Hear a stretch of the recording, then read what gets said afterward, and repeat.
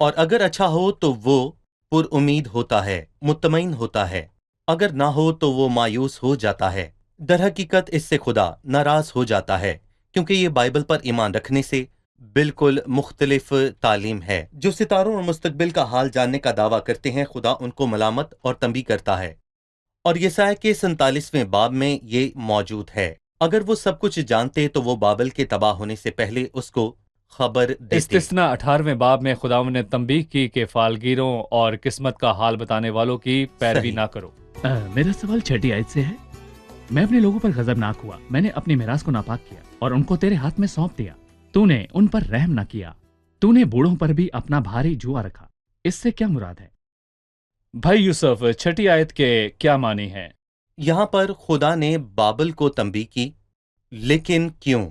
لکھا ہے میں اپنے لوگوں پر غضبناک ہوا۔ ایک باپ اپنے فرزند سے ایسے پیش آتا ہے کیونکہ وہ یہ چاہتا ہے کہ وہ ان کی تربیت کرے۔ وہ اپنے لوگوں پر غضبناک ہوا، میں نے اپنی میراث کو ناپاک کیا، اور اسی لیے خدا نے اس ملک کو غیر قوموں کے حوالے کر دیا۔ اور زبور میں لکھا ہے کہ اس نے اپنی قدرت کو اسیری میں اور اپنی حشمت کو مخالف کے ہاتھ میں دے دیا۔ اس نے ان کے ہاتھوں میں سونپا، لیکن انہوں نے ان پر ظلم کیا۔ تو نے بوڑھوں پر بھی اپنا بھاری جوا رکھا، اور ایسے ہی الفاظ ذکریہ کی نبوت میں ہیں۔ وہاں بھی لکھا ہے کہ تو نے اپنا بھاری جوا ان پر رکھا۔ ذکریہ اس کے 15ویں باب کی پہلی آیت میں واضح لکھا ہے۔ یہاں لکھا ہے کہ اور میں ان قوموں سے جو آرام میں ہیں نہایت ناراض ہوں، کیونکہ جب میں تھوڑا ناراض تھا تو انہوں نے اس آفت کو بہت زیادہ کر دیا۔ یعنی کہ وہ اپنے لوگوں سے ناراض تھا، وہ چاہتا تھا کہ ان کی تربیت کرے، لیکن انہوں نے اس آفت کو زیادہ کر دیا۔ انہوں نے ظلم کیا۔ لکھا ہے کہ تو نے ان پر ظلم کیا، تو نے بوڑھوں پر بھی اپنا بھاری جوا رکھا، اور تو نے کہا بھی کہ میں ابد تک خاتون بنی رہوں گی۔ اور اس نے خیال نہ کیا کہ حالات سدا ایک جیسے نہیں رہتے، حالات بدل جاتے ہیں۔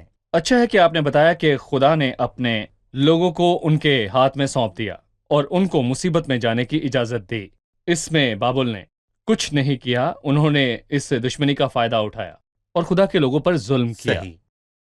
اب ہم 48ویں باب کی طرف بڑھتے ہیں، اور بھائی یوسف آپ مجھے اس باب کے اہم موضوعات کے متعلق بتائیے۔ 48واں باب۔ جی، اس کی پہلی تا 5ویں آیت ہے کہ بنی اسرائیل کا بابل میں اسیر ہونا۔ 6 تا 11ویں آیت ہے کہ بنی اسرائیل کا بابل میں قیام، اور 12ویں آیت سے باب کے آخر تک بابل سے ان کا خروج۔ اس میں اسیر ہونے، قیام اور خروج کا ذکر ہے۔ 1 تا 5 آیات میں وہ اسیر ہوئے، 6 تا 11 آیات میں وہ بابل میں رہے، 12 تا باب کے آخر تک ان کی واپسی کا ذکر ہے۔ اس اسیری میں جانے اور واپس آنے کے بیچ 70 سال کا عرصہ ہے۔ صحیح۔ 48ویں باب میں اس کے متعلق کیا لکھا ہے؟ 10ویں آیت میں واضح طور پر لکھا ہے کہ دیکھ میں نے تجھے صاف کیا، لیکن چاندی کی مانند نہیں۔ اور کسی نے کہا کہ اگر خدا ان کو چاندی کی مانند صاف کرتا تو وہ جل جاتے، ان کا کچھ باقی نہ رہتا، کیونکہ حزقیل 22 میں لکھا ہے وہ سب میل ہو گئے، اس نے ان پر رحم کیا۔ میں نے مصیبت کی کھٹالی میں تجھے صاف کیا۔ 70 برس تک اسیری میں رہنا کھٹالی کی بات تھی، وہ مصیبت کے دن تھے۔ اور اگر ہم دانیل کی کتاب پڑھیں تو پتہ چلتا ہے کہ دانیل اور اس کے ساتھی بڑے عہدوں پر تعینات تھے، لیکن میں پھر بھی کہوں گا کہ وہ مصیبت میں تھے۔ ذرا سوچیں کہ بابل کے باقی اسیر کس حال میں ہوں گے، وہ مصیبت کی کٹھالی میں تھے۔ صحیح۔ بھائی یوسف، آپ نے پچھلے حصے کا حوالہ دیا کہ 1 تا 5 آیات بابل کی اسیری کے متعلق ہے۔ دوسری آیت میں مرقوم ہے کیونکہ وہ شہر قدس کے لوگ کہلاتے ہیں اور اسرائیل کے خدا پر توکل کرتے ہیں جس کا نام رب الافواج ہے۔ میں نے قدیم سے ہونے والی باتوں کی خبر دی، ہاں وہ میرے منہ سے نکلی، میں نے ان کو ظاہر کیا، میں ناگہان ان کو عمل میں لایا اور وہ وقوع میں آئیں۔ اس نے قدیم باتوں کا ذکر کیا۔ یہاں قدیم باتوں سے کیا مراد ہے؟ جی، میں کہوں گا کہ جو بھی ہوا وہ لوگوں کے لیے حیران کن تھا، لیکن خدا کے لیے نہیں، کیونکہ خدا تو سب کچھ جانتا ہے۔ اور خدا نے کہا کہ میں نے قدیم سے ہونے والی باتوں کی خبر دی ہے، ہاں وہ میرے منہ سے نکلیں، میں نے ان کو ظاہر کیا، میں ناگہاں ان کو عمل میں لایا اور وہ وقوع میں آئیں۔ اور خدا نے نبوتی کلام میں اس کو قلم بند کیا، اور خدا نے کئی بار ان کو تنبیہ کی، اور اسی باب کی 18ویں آیت میں لکھا ہے کہ کاش کہ تم میرے احکام کا شنوا ہوتا، اور جی۔ تیری سلامتی نہر کی مانند اور تیری صداقت سمندر کی موجوں کی مانند ہوتی، پر انہوں نے نہ سنا، اور اس کے نتیجے میں لکھا ہے کہ میں ناگہاں ان کو عمل میں لایا اور وہ وقوع میں آئیں۔ صحیح، پچھلی چیزیں۔ اس کے بعد اس نے نئی چیزوں کی بات کی۔